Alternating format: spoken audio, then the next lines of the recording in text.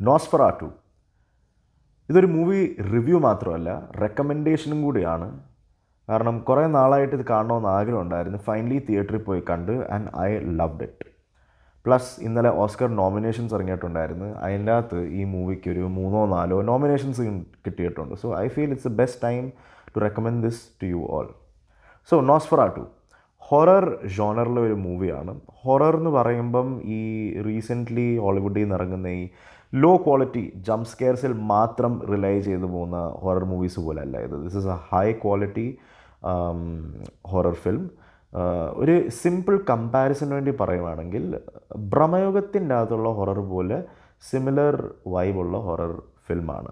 Story ഒന്നും similar അല്ല, പക്ഷേ ആ ഹൊറർ ഇൻ്റെ കാറ്റഗറിയും വൈബും എല്ലാം സിമിലറാണ്. സോ നോസ്ഫെറാറ്റുവിൻ്റെ സ്റ്റോറി എന്ന് വെച്ചാൽ അതിൻ്റെ അകത്തൊരു ലീഡ് ഫീമെയിൽ ക്യാരക്ടറുണ്ട്. ആ ക്യാരക്ടറിൻ്റെ ചെറുപ്പത്തിൽ തന്നെ she encounters the spirit of this dead person Count Orlok. ഈ സ്പിരിറ്റ് ഈ പെണ്ണിൻ്റെ സ്വപ്നത്തിൽ വന്നിട്ട് നീ എൻ്റെയാ, ഞാൻ നിൻ്റെയാ, നമ്മളൊരു ദിവസം ഒരുമിക്കും, ഞാനൊരു ദിവസം വരും നിന്നെ കൊണ്ടുപോകാൻ, അങ്ങനെയൊക്കെ പറഞ്ഞിട്ടാണ് ഈ മൂവി ഒരു ഡ്രീം സീക്വൻസിൽ തന്നെ തുടങ്ങുന്നത്. പിന്നെ അതിൻ്റെ ശേഷം കുറേ വർഷങ്ങളൊക്കെ കഴിഞ്ഞ് ഈ പെണ്ണിൻ്റെ കല്യാണമൊക്കെ കഴിയുന്നു. കല്യാണം കഴിച്ചു കഴിഞ്ഞ് കുറച്ച് ഇവൻറ്റ്സ് ഒക്കെ നടക്കുന്നു, ബിക്കോസ് ഓഫ് വിച്ച് ഈ കൗണ്ട് ഓർലോക്കിൻ്റെ spirit is now back in physical form. മരിച്ച് കുഴിച്ചിട്ടേക്കുന്ന ശവശരീരം has come back to life. അപ്പോൾ ആ ശവശരീരം എന്ന് വെച്ചാൽ ഡീകമ്പോസ്ഡ് ആയ ബോഡിയാണ്. ആ ബോഡി തന്നെയാണ് ലൈഫിലോട്ട് വന്നേക്കുന്നത്. Now this monster is alive. ഈ മോൺസ്റ്ററിൻ്റെ സോൾ എയിം അല്ലെങ്കിൽ പർപ്പസാണ് ഈ പെണ്ണിനെ കണ്ടുപിടിക്കണം. പിന്നെ കണ്ടുപിടിച്ച് കഴിഞ്ഞാൽ എന്തുവാ നടക്കുന്നത്, അതാണ് സ്റ്റോറി. അപ്പം ഈ മൂവി എനിക്ക് ഇഷ്ടപ്പെട്ടതെന്ന് വെച്ചാൽ, for me this is what a horror film should be. 2 different പില്ലേഴ്സായിട്ട് ഞാൻ എൻ്റെ ഡിസ്ക്രിപ്ഷൻ നിങ്ങൾക്ക് പറഞ്ഞുതരാം. First pillar is that, as I said earlier, ചുമ്മാ ലോ ക്വാളിറ്റി ജംപ് സ്കെയർസ് 1-2 സെക്കൻഡിന് വേണ്ടി നമ്മളെ ഞെട്ടിപ്പിക്കുന്ന ജംപ് സ്കെയർസ് മാത്രമല്ല ഈ മൂവിക്കകത്തുള്ളത്. ഈ മൂവിയിൽ നടന്നുകൊണ്ടിരിക്കുന്ന കാര്യങ്ങൾ കാണുമ്പം തന്നെ നമ്മൾ ഡിസ്റ്റർബായി പോകും. It will make your skin crawl.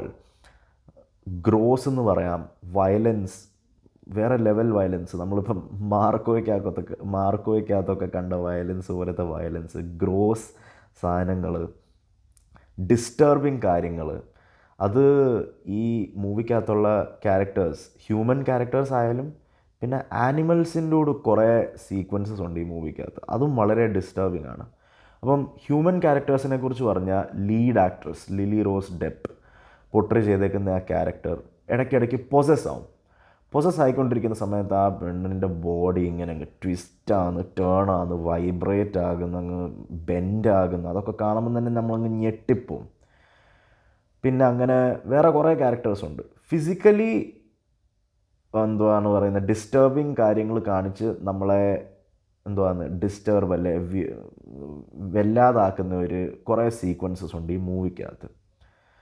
പിന്നെ അത് കഴിഞ്ഞ് ഈ കൗണ്ട് ഓർലോക്ക്, ഞാൻ പറഞ്ഞില്ല, പുള്ളി ശവശരീരമാണ് ഇപ്പം പിന്നെയും ജീവനോട് വന്നേക്കുന്നത്. പുള്ളിയെ കാണുമ്പം തന്നെ ആ ഡീകമ്പോസ്ഡ് ആയ ബോഡിയും പിന്നെ പുള്ളി ചെയ്യുന്ന കാര്യങ്ങൾ ഈ പടത്തിൻ്റെ അകത്ത്, അയ്യോ ഒന്നും പറയണ്ട. വയലൻസ് എന്ന് വെച്ചാൽ ഇതിൻ്റെ അകത്തൊരു സീനൊക്കെ ഉണ്ട്. പുള്ളി ഇങ്ങനെ 2 കൊച്ചു പിള്ളേരെ ഓരോരോ കയ്യിലിങ്ങനെ പിടിച്ച് കടിച്ച് തിന്നുവാണ്. അങ്ങനത്തെയൊക്കെ വയലൻസാണ്. പിന്നെ ആനിമൽസ്, ഞാൻ പറഞ്ഞില്ലേ, ഒരു ഷിപ്പിൻ്റെ അകത്ത് കുറേ റാറ്റ്സ് വന്ന് ഒരു സിറ്റിക്കകത്തോട്ട് അങ്ങ് ഇറങ്ങും. എന്നിട്ട് ആ റാറ്റ്സ് ചെയ്യുന്ന പരിപാടികൾ, ആൾക്കാരുടെ മേളിൽ കയറി ഒരു സീക്വൻസ് ഉണ്ട്, ഒരു പെണ്ണിൻ്റെ മേളിൽ റാറ്റ്സ് എല്ലാം കയറി അങ്ങ് തിന്നുവാണ് ആ പെണ്ണിനെ. അങ്ങനത്തെ കുറേ ഒരാളിൻ്റെ അകത്തൊരു പിജിയനെ പിടിച്ച് വെച്ചിട്ടുണ്ട് കയ്യിൽ.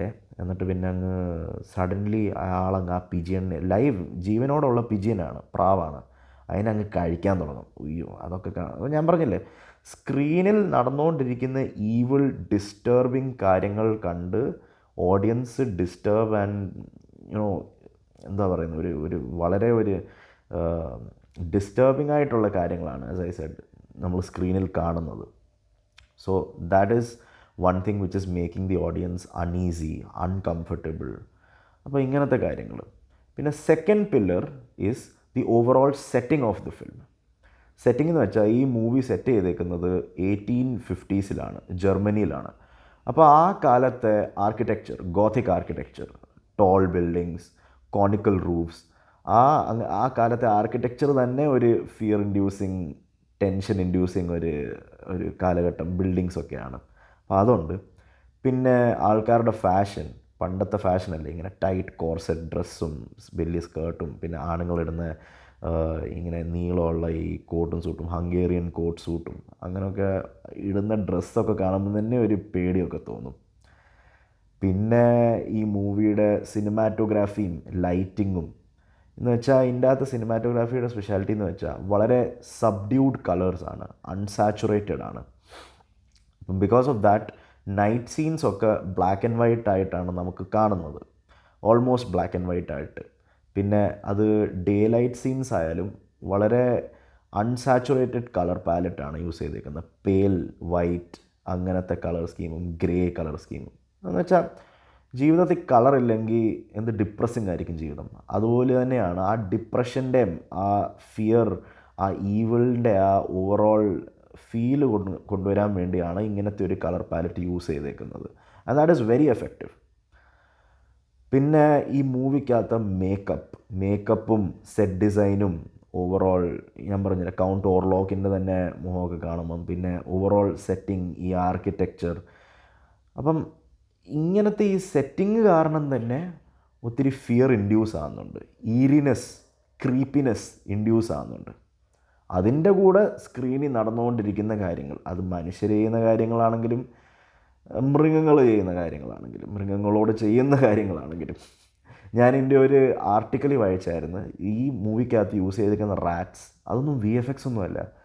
ഈ മൂവിക്ക് വേണ്ടി 5000 ട്രെയിൻഡ് റാറ്റ്സ് ആണ് യൂസ് ചെയ്ത് ഷൂട്ട് ചെയ്തേക്കുന്നത് ഈ സീൻസ് എല്ലാം. പിന്നെ ഇതിൻ്റെ അകത്ത് കുറച്ച് ചേസ് സീക്വൻസസ് ഉണ്ട്, ഈ പട്ടിയൊക്കെ മനുഷ്യരെ ഓടിക്കുന്നത്.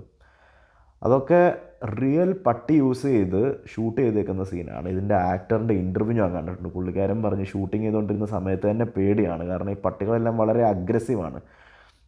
അപ്പോൾ അങ്ങനത്തെ സീക്വൻസ്. അപ്പോൾ അതുപോലെ തന്നെ ഈ മൂവിക്കകത്ത് VFX ഒന്നും എനിക്ക് തോന്നുന്നില്ല, ഹാർഡ്ലി VFX ഒക്കെ യൂസ് ചെയ്തിട്ടുണ്ട്. മെയിൻലി പ്രാക്ടിക്കൽ എഫക്ട്സും മേക്കപ്പുമാണ്. അത് കാരണം ഇത് വളരെ റിയൽ ആയിട്ടാണ് നമുക്ക് ഫീൽ ചെയ്യുന്നത്. വിഷ്വൽ എഫക്ട്സ് ഒക്കെ കാണുമ്പോൾ നമുക്ക് പന്ന ക്വാളിറ്റി ആണെങ്കിൽ മനസ്സിലാണ്, അത് കാരണം പേടിയൊന്നും വരത്തില്ല. അതുകൊണ്ട് ഇതിനകത്ത് ഫുൾ പ്രാക്ടിക്കൽ എഫക്ട്സ് ആണ്, because of which it feels very real. That is another reason why people are very disturbed and പേടിയൊക്കെ തോന്നുന്ന ആൾക്കാർക്ക്. അപ്പോൾ ഈ 2 മെയിൻ പില്ലേഴ്സ് കാരണമാണ് ഈ മൂവിയുടെ ഹൊറർ. ഞാൻ പറഞ്ഞില്ലേ, ഹൊറർ എന്ന് പറഞ്ഞ ഷോണറിന് 100% നീതി പുലർത്തിയ ഒരു മൂവിയാണ്. അല്ലെങ്കിൽ ഇങ്ങനെ ചുമ്മാ അത് 1-2 സെക്കൻഡ് വേണ്ടി നമ്മളെ ഞെട്ടിപ്പിക്കാൻ വേണ്ടി വരുന്ന ഈ ജംപ് സ്കെയറും പിന്നെ അതേ എന്താ പറയുന്നത് എക്സോർസിസം അതൊന്നുമല്ല. സെറ്റിങ്ങും പിന്നെ ഡിസ്റ്റർബിങ് കാര്യങ്ങളും ഇതെല്ലാം ഒരുമിച്ച് വരുമ്പം തന്നെ ഒരു വേറെ ലെവൽ ഹൊറർ എക്സ്പീരിയൻസ് ആണ്, ഡിസ്റ്റർബിങ് ഹൊറർ എക്സ്പീരിയൻസ് ആണ്. പിന്നെ ഞാൻ പറഞ്ഞല്ലേ, ഓസ്കർ നോമിനേഷൻസ് കിട്ടിയിട്ടുണ്ട്. നോമിനേഷൻസ് കിട്ടിയിരിക്കുന്ന ഏത് കാറ്റഗറിയാണ്? സിനിമാറ്റോഗ്രാഫി കിട്ടിയിട്ടുണ്ട്, പ്രൊഡക്ഷൻ ഡിസൈൻ കിട്ടിയിട്ടുണ്ട്, മേക്കപ്പ് ആൻഡ് ഹെയർ സ്റ്റൈലിന് കിട്ടിയിട്ടുണ്ട്, കോസ്റ്റ്യൂം ഡിസൈനിന് കിട്ടിയിട്ടുണ്ട്. ഇതിനെക്കുറിച്ചെല്ലാം ഞാൻ പറഞ്ഞു. So I was not at all surprised to see these nominations and I am sure 1-2 category ഇത് ജയിക്കുകയും ചെയ്യുമെന്ന്. പിന്നെ ഈ മൂവിക്ക് ഒരു ഹിസ്റ്ററി ഉണ്ട്, ഒരു ഇൻട്രസ്റ്റിംഗ് ഹിസ്റ്ററിയാണ്. എന്ന് വെച്ചാൽ നോസ്ഫെറാറ്റു എന്ന് പറഞ്ഞ ഈ Nosferatu movie is actually a remake of an old movie. So ഈ ഓൾഡ് മൂവി ആക്ച്വലി ഷൂട്ട് ചെയ്തേക്കുന്നത് 1910s 1910 അല്ലെ 1920 ആ സമയത്താണ് ഈ ഒറിജിനൽ നോസ്ഫെറാറ്റു മൂവി ഷൂട്ട് ചെയ്തത്. പക്ഷേ അത് അന്ന് റിലീസായത് ഓൾമോസ്റ്റ് 1950s അത് ഇത്രയും ലേറ്റായിട്ട് റിലീസാകുന്നതിൻ്റെ റീസൺ എന്ന് വെച്ചാൽ, ഷൂട്ട് ചെയ്തുകൊണ്ടിരുന്ന സമയത്ത് ഈ നോസ്ഫെറാറ്റു എന്ന് വെച്ചാൽ ആക്ച്വലി ബ്രാം സ്റ്റോക്കർ എഴുതിയേക്കുന്ന ഡ്രാക്കുള എന്ന് പറഞ്ഞ സ്റ്റോറിയുടെ ഒരു അഡാപ്റ്റേഷനാണ്. ഓക്കെ, അപ്പം പെർമിഷൻ ഇല്ലാതെ ആ അഡാപ്റ്റേഷൻ യൂസ് ചെയ്തെന്ന് പറഞ്ഞ് ബ്രാം സ്റ്റോക്കറിൻ്റെ വൈഫ് കോപ്പിറൈറ്റ് സ്ട്രൈക്ക് അടിച്ച്. അപ്പം ആ സമയത്ത് ഡിജിറ്റലൊന്നും അല്ലല്ലോ, ഈ ഷൂട്ടിങ് ചെയ്യുമ്പോഴും എല്ലാം ഫിൽമാണ്. അപ്പം കോപ്പിറൈറ്റ് അടിച്ച കാരണം ആ ഫിലിംസ് എല്ലാം കത്തിച്ച് കളഞ്ഞു. പക്ഷേ ചില ഫിലിംസൊക്കെ കോപ്പി എടുത്ത് വെച്ചിട്ടുണ്ടായിരുന്നു. അപ്പോൾ അത് കാരണം ഈ ഗ്രാം സ്റ്റോക്കറിൻ്റെ വൈഫെല്ലാം മരിച്ചു കഴിയുമ്പം ഈ കോപ്പിറൈറ്റ് നൾ ആൻഡ് വോയിഡ് ആവും. അപ്പോൾ അതുകൊണ്ട് അവർ രണ്ടുപേരും മരിച്ചു കഴിഞ്ഞപ്പം 1950s ഈ മൂവി റിലീസായത്. 1910 ഷൂട്ട് ചെയ്ത മൂവി 50s റിലീസായത്. ആ സമയത്ത് റിലീസായപ്പോഴും ഭയങ്കര ഹൈപ്പായിരുന്നു ഈ മൂവിക്ക്. ഒത്തിരി സ്കെയറിയാന്ന് പറഞ്ഞ് സ്വീഡനിലൊക്കെ കുറേ കൺട്രീസ് ഉണ്ട്, അവിടെയൊക്കെ ഈ മൂവി ബാനായിരുന്നു. കാരണം ഇറ്റ് വാസ് ടു സ്കെയറി. ആ 1950s റിലീസായ മൂവിയുടെ ഒഫീഷ്യൽ റീമേക്കാണ് നോസ്ഫെറാട്ടു. ഈ നോസ്ഫെറാട്ടു നമ്മൾ കണ്ടത്. ഇതിൻ്റെ കമ്പാരിസൺ ഞാൻ ചെയ്യുവാണെങ്കിൽ ഇങ്ങനെ സിമിലറായിട്ട് ഞാൻ 2-3 കൊറിയൻ മൂവീസ് ഉണ്ടായിരുന്നു. എനിക്ക് ഓർമ്മ വരുന്നത് ദ വേലിംഗ് എന്ന് പറഞ്ഞൊരു കൊറിയൻ മൂവി ഉണ്ട്, ആമസോൺ പ്രൈമിലുണ്ട്. പിന്നെ എക്സ്യൂമ, അത് റീസെൻ്റ്ലി ലാസ്റ്റ് ഇയറിലെങ്ങാണ്ട് റിലീസായ മൂവിയാണ് എക്സ്യൂമ, അത് നെറ്റ്ഫ്ലിക്സിലുണ്ട്. ഈ 2 മൂവീസും സെയിം ട്രൂപ്പാണ്. സെയിം ട്രൂപ്പ് എന്ന് വെച്ചാൽ ഇത് ജംപ് സ്കെയർസിൽ മാത്രം റിലൈ ചെയ്തുകൊണ്ട് പോകുന്ന ഹൊറർ മൂവീസ് അല്ല. സ്ക്രീനിൽ നടക്കുന്ന ഈവിൾ ആൻഡ് ഡിസ്റ്റർബിങ് കാര്യങ്ങൾ കണ്ട് നമ്മളെ ഫിയറും ഇൻഡ്യൂസ് ചെയ്ത് അൺഈസി ആക്കുന്ന, അൺകംഫർട്ടബിൾ ആക്കുന്ന ഹൊറർ മൂവീസാണ് എക്സ്യൂമ ആൻഡ് ദ വേലിംഗ്. അതും നിങ്ങൾക്ക് കാണാം. That's also recommendation from my side. So this was my review of Nosferatu, and that's why the reason why I'm recommending it to you all is because I really loved the film. ഇത് ഇപ്പോഴും തിയേറ്ററിൽ ഓടുന്നുണ്ട്. So if you get a chance to watch this in the theater, then definitely do that. ആ speaker system, dark അറ്റ്മോസ്ഫിയറിലൊക്കെ ഇരുന്ന് ഈ movie കാണുമ്പം അതൊരു വേറെ ലെവൽ എക്സ്പീരിയൻസ് ആയിരിക്കും. 2 നെഗറ്റീവ്സും ഉണ്ട് ഈ മൂവിക്ക്. നെഗറ്റീവ്സ് എന്ന് വെച്ചാൽ ആദ്യത്തെ ഒരു 1.25 മണിക്കൂർ ഇച്ചിരി ഡ്രാഗാണ്. സ്റ്റോറി സെറ്റ് ചെയ്യുന്ന സമയത്ത് ബ്യൂട്ടിഫുള്ളാണ്, പക്ഷേ സ്റ്റോറി വൈസ് ഇച്ചിരി ഡ്രാഗാണ്. അപ്പം ആ ഫസ്റ്റ് സ്റ്റേജ് ഒന്ന് ക്രോസ് ചെയ്ത് കഴിഞ്ഞ് ഒരു ഇൻ്റർവെല്ലായി കഴിയുമ്പോഴത്തേക്ക് പിന്നെ ഒരു രക്ഷയില്ല. ഈവിൾ പ്രോ മാക്സ് ആണ്. അപ്പോൾ അതൊക്കെ കണ്ട് ഒരു ബോറാകത്തില്ല. പക്ഷേ ആദ്യത്തെ സ്റ്റേജ് ഒന്ന് ക്രോസ് ആണ്, അത്രേ ഉള്ളൂ. പിന്നെ സെക്കൻഡ് കാര്യം, അത് നെഗറ്റീവല്ല, അതൊരു ഞാൻ പറഞ്ഞൊരു ഡിസ്ക്ലെയിമർ പോലെ ഞാൻ പറയാം. ഈ മൂവിക്കകത്ത് ഞാൻ പറഞ്ഞില്ലേ 1850s ഈ മൂവി ബേസ്ഡ്. അതുകൊണ്ട് ഇതിൻ്റെ അകത്ത് യൂസ് ചെയ്തേക്കുന്ന ഇംഗ്ലീഷ് എന്ന് വെച്ചാൽ ഈ ഷേക്സ്പിയർ സ്റ്റൈൽ ഇംഗ്ലീഷാണ്. അത് ആ കാലത്തെ ഒത്തൻറ്റിക് ലാംഗ്വേജാണ്. അപ്പം ഷേക്സ്പിയർ സ്റ്റൈൽ ഇംഗ്ലീഷ് ആയ കാരണം അത് നമുക്കൊക്കെ മനസ്സിലാക്കാൻ ഇച്ചിരി ബുദ്ധിമുട്ടൊക്കെ കാണും ആൾക്കാർക്ക്. എനിക്കുണ്ടായിരുന്നു. പക്ഷേ സബ് ടൈറ്റിൽസ് ഉള്ള കാരണം അത് ഓക്കെ ആയിട്ട് എനിക്ക് മനസ്സിലായി. അതുകൊണ്ട് സബ് ടൈറ്റിൽസ് യൂസ് ചെയ്ത് കാണുന്നതാണ് ഈ മൂവിക്ക് നല്ലത്. ഈ മൂവി ഇപ്പോഴും തിയേറ്ററിൽ ഓടുന്നുണ്ട്. Plus I've seen that digitally ഇത് യൂറോപ്പിലൊക്കെ റിലീസാകാൻ തുടങ്ങി. അപ്പോൾ ഇത് ഡിജിറ്റലിയും ഉടനെ തന്നെ അവൈലബിൾ ആയിരിക്കും. അപ്പം തിയേറ്ററിൽ പോയി കാണുക, അല്ലെങ്കിൽ പിന്നെ ഡിജിറ്റലി ഇപ്പം കിട്ടും, അത് തന്നെ കിട്ടും. So yes, that's my review of നോസ്ഫെറാട്ടു. See you next time with more movie reviews and recommendations.